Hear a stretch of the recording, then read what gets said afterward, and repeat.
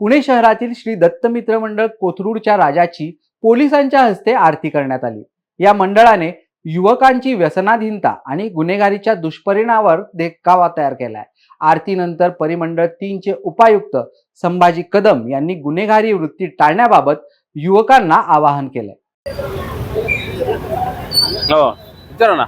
गुन्हेगारीच्या बाबतीमध्ये तुम्ही जे काही रोखण्यासाठी काही संकल्पना होती, काही संकल्पना आहे आपल्याकडं विशेषतः शहरामध्ये जे बालवयीन गुन्हेगार आहेत 18 वर्षाच्या खाली, त्यांना त्याचं प्रमाण खूप वाढत चाललं आहे। तर ती कमी करण्यासाठी त्याचे काय दुष्परिणाम आहेत हे युवकांना समजणं खूप गरजेचं आहे। त्याच्यामध्ये जे बालगुन्हेगार आहेत त्यांना भविष्यामध्ये स्कूलला, कॉलेजला किंवा त्यांना पासपोर्टना पुढच्या त्यांच्या करिअरसाठी, त्यांच्या फ्युचरसाठी खूपच धोकादायक आहे बालगुन्हेगारी। किंवा त्यांना पासपोर्ट मिळत नाही, त्यांना कुठल्या कंपनीमध्ये त्यांना कुठे जॉब मिळू शकत नाही, किंवा त्यांचं बॅकग्राऊंड असं असल्यामुळे त्यांना कुठे नोकरी पण मिळण्याची शक्यता कमी आहे। त्याच्यामुळं बालगुन्हेगारांनी किंवा युवकांनी याच्या न लागता आपले शिक्षण आणि बाकीचे पुढचा रोजगार आणि नोकरी याच्याकडे जर लक्ष दिलं तर आपल्याला गुन्हेगारी आपल्याला रोखता येईल। आणि तसेच त्याचे जे पालक आहेत ते पालकांनी सुद्धा आपले पाल्य कुठं जात आहेत, काय करतायत, कोणाची संगत आहे, या गोष्टी जर पाहिल्या तर निश्चित याला आपण आळा बसू शकेल।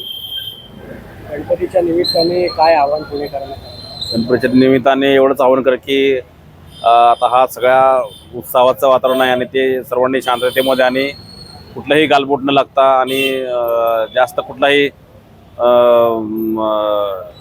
त्याच्यामध्ये असं म्हणता येईल आपल्याला की DJ डॉल्बी न वाजवता उत्साहात पार पाडावा अशीच सर्वांना विनंती आहे। थँक्यू।